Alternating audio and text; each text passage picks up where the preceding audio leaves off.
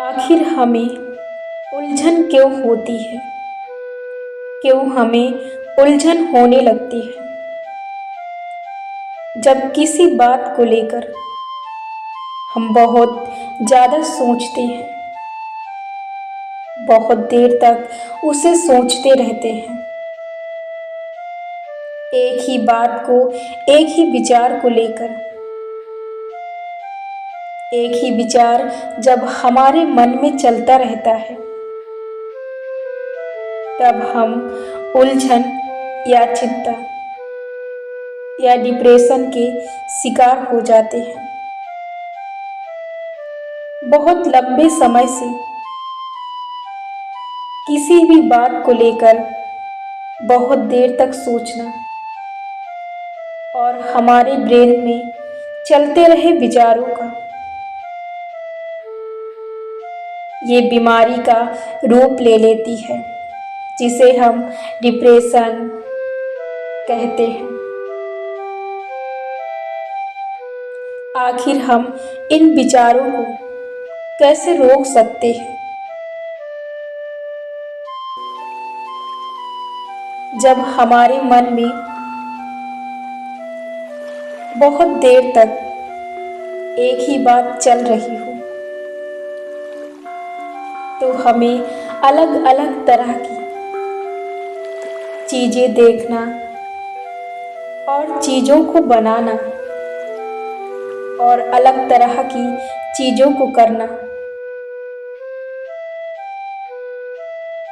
अलग तरह से चीज़ों के बारे में सोचना, अलग विचारों पर विचार करना। यदि ऐसा हम करते हैं, तब हमें या हम उन विचारों से या उलझन से बच सकते हैं।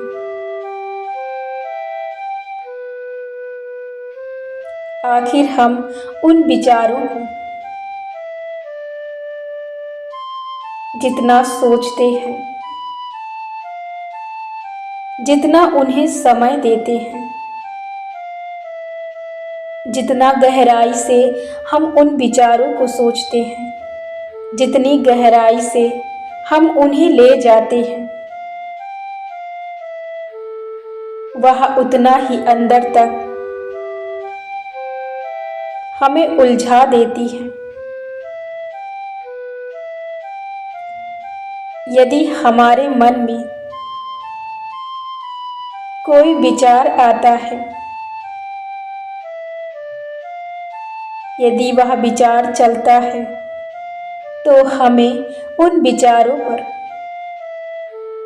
उलझना नहीं चाहिए। हमें अन्य विचारों पर विचार करना चाहिए, अन्य चीज़ों पर विचार करना चाहिए। हमें अधिकतर अपने मतलब की चीज़ों से और अपने ज़रूरत की चीज़ों से लगे रहना चाहिए, ताकि हम आसानी से अपनी उलझन को अपने ही द्वारा सुलझा सके।